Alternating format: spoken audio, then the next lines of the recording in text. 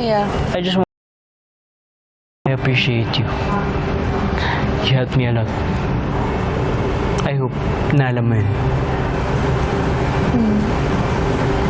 Thank you. That took you 2 years to tell me.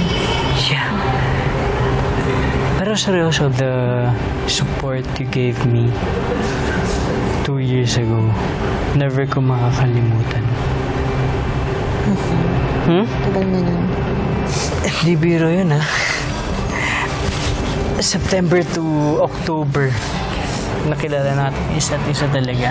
I value you a lot. I don't know what to say. I'm just listening to you. Pero ako, grateful ako na open up mo yan ngayon.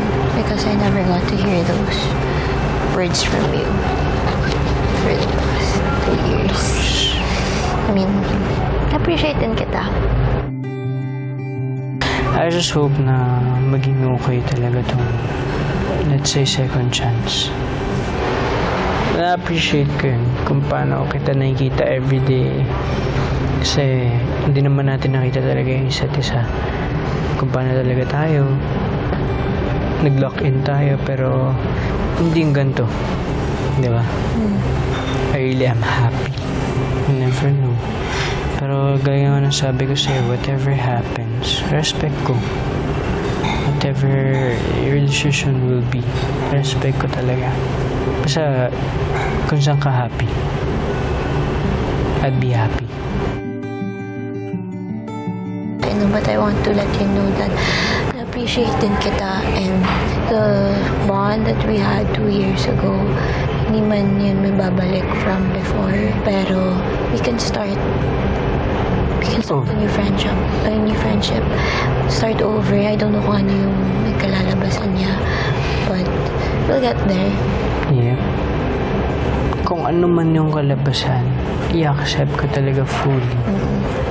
Kung ano man yung kayang mong ibigay, i-accept ko talaga fully. I know it's not easy naman, pero I appreciate na little by little nangyayari yan. Kasi gusto ko lang maging comfortable ka talaga sa akin.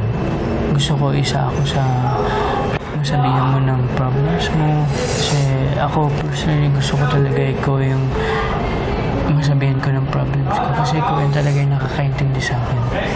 Out of all people dito sa loob ng bahay. Yun lang talaga yung intention ko. And I hope mabigyan mo ko ng chance to do it. Anyway guys, Dustin and you, meron kayong own understanding, meron kayong, let's say, own world. Basta pagkakaintindi ko lang. Pero I wanna be there for you.